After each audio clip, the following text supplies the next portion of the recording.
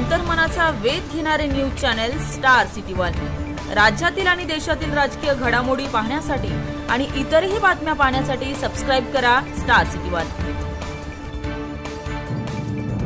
उभाटा कार्यकर्त्यांच्या मेळाव्यात आज उद्धव ठाकरेंनी जी भाषा वापरली ती भाषा महाराष्ट्राच्या संस्कृतीला आणि उद्धव ठाकरेंना स्वतः वैयक्तिक शोभत नाही हे मी फार स्पष्टपणे सांगू इच्छितो।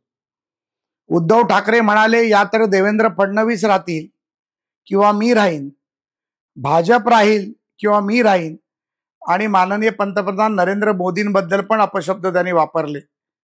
उद्धवजी, आम्ही आपलं चॅलेंज स्वीकारलं, या तर तुम्ही राहाल किंवा आम्ही राहू। या येणाऱ्या निवडणुकीत या राज्यातली जनता तुम्हाला काय आहे ही तुमची जागा दाखवल्याशिवाय गप्प बसणार नाही। हा तुमचा मनस्ताप आणि मानसिक संतुलन बिघडलेला चेहरा आम्ही पाहतो आहोत।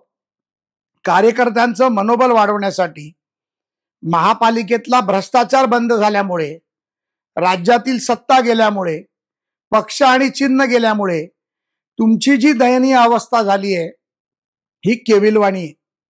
परंतु देवेंद्र फडणवीस किंवा नरेंद्र मोदी किंवा भारतीय जनता पार्टी एवढी छोटी नाहीये ज्याचा तुम्ही विचार करताय।